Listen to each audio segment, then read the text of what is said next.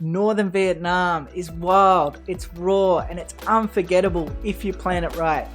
Sapa, Ha Giang, Ninh Binh, Hanoi, Halong Bay. You've heard the names, but the order matters, the timing matters. Most travelers get this completely wrong and they skip the best locations. This is the itinerary that gets it right.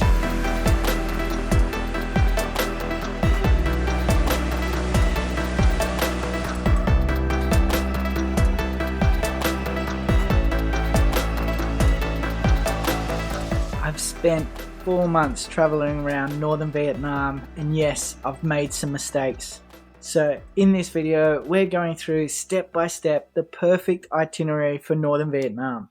How long to stay, where to stay, and what to eat. There's one spot that most people skip that is one of the best experiences in the entire country, and the one crucial detail that most guides miss. So first up, when do you want to do this itinerary? The best times of the year to travel to northern Vietnam are from September to November. The weather is perfect. It's not too hot, not too cold.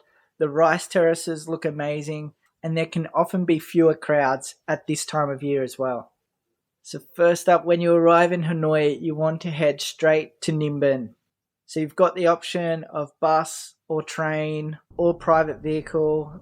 We've often done the private vehicle, but you can also get the shuttle service, which is a luxury VIP van, which is great value, and it's doorstep to doorstep service as well. The best place to stay in Ninh Binh is Tam Coc. You've got access to the nightlife, everything around there. A lot of the restaurants are within walking distance. It's also close to a lot of the attractions, so it's a really good location, close to everything. And it's where all the travelers stay. The must-do attractions in Ninh Binh are the Tam Coc and Trang riverboat tours. Both of those are amazing. Check out Bai Din Pagoda at sunset. You can head late in the afternoon and stay until it's dark, where the lights come on and the place looks amazing. And sunrise at the Hung Muir Lookout is amazing as well if you can get up there during that time. It can be hard to capture because there can be a lot of fog at times in Ninh Binh, but if you get a perfect day, it's just amazing there. And you also have to check out Ho Lo Ancient Town, and there's so many temples and other attractions that you can do there if you want to make the most of it as well. So a couple of places that you want to eat: head down to Ho Lo Ancient Town, sit there by the river and enjoy a dinner. And another must try is the roast duck, a family restaurant in Tam Coc. It's the best roast duck I've had anywhere in the world.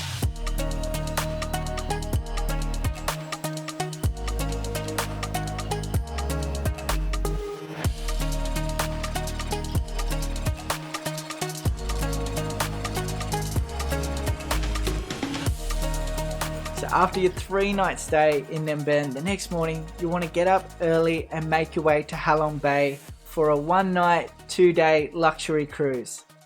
It's the only way to do Halong Bay. If you do a day trip, it's just rushed and you can't really experience Halong Bay. And the other important thing is you do need to consider a luxury cruise, because the standard cruises aren't that great value for money and often get reviews from people saying that it's average. If you're going to see Halong Bay, the best way to do it is the luxury cruise for an unforgettable experience, and one that guarantees you're going to enjoy it. It's postcard perfect, and the luxury cruises are totally worth it. You'll eat like royalty, kayak through caves, and sleep on the water. After the sea, head to the mountains, where you'll spend 3 nights in Sapa. It's moody, misty, and magical if you get the weather right. The must-see attractions are Fansipan Summit. You can make your way up to Sunworld Fansipan Legend, take the mountain train to get there. It's part of the experience, and it's the world's Guinness Book of Records for the longest single cart cable car. And take the next day in Sapa to visit some of the attractions and to do some rice terrace trekking as well. Definitely recommend checking out Moana Sapa and head down to the rice terraces. The views are amazing, and it's definitely worth going for a trek through some of the rice terraces as well. When it comes to where to stay in Sapa, it's easy because Sapa's basically a small town. Everything is walkable, so just make sure you stay in and around the town. And where to eat, so there's Pie's Kitchen. The must-tries there are their pasta. They actually handmade the pasta, and it's some of the best pasta I've ever had. And try the water buffalo steak as well. That is just amazing. And another place is the Cozy Restaurant. The Cozy Restaurant has a lot of hot plates. You can try anything from duck, chicken to pork hot plates, as well as they have some amazing set menus. If you feel like going through a full set, you can do that as well.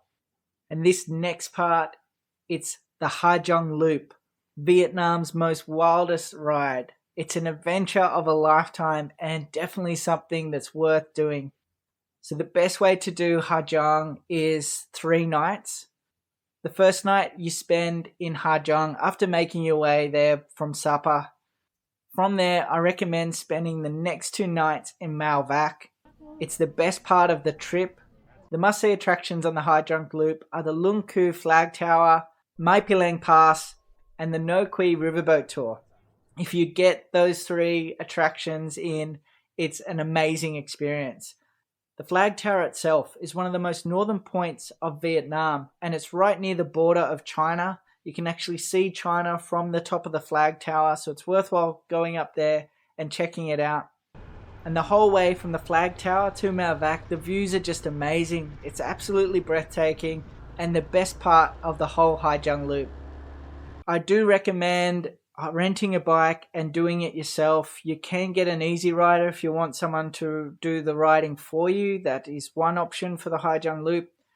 I do recommend renting a bike and just doing it yourself. You're going to have a lot more fun, and you're not going to get to these places when they're so crowded, because the tours, they all leave at the same time and they get to places at the same time. So if you're going by yourself, you really get to experience things on your own terms, and it's the best way to enjoy it. Technically, you do have to have the proper Vietnamese recognized international driver's license for motorbikes to ride this trip. So if you don't have that, be prepared to pay a fine. But the fine itself is just as much as you're going to pay to have an easy rider do the riding for you. So if you're looking for that experience, keep the paperwork and you can show that you've already paid it, and that covers the whole Ha Giang Loop. So you only pay it once. So 1 night you'll stay in Ha Giang, 2 nights I recommend in Mao Vac. And there's the Quan Cam Law 889 restaurant in Mao Vac that does an amazing Sichuan beef hot pot. I recommend having that. It's absolutely delicious, and it's a great way to end a day of adventures on the bike.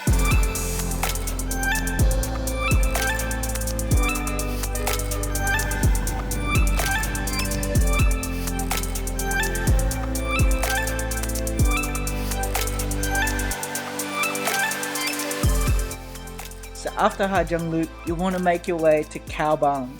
Now to get there, there's a couple of options. You can continue on a motorbike if that's what you want to do. The scenery all the way to Cao Bang is quite similar to the Ha Giang Loop, so you can do that if you wish.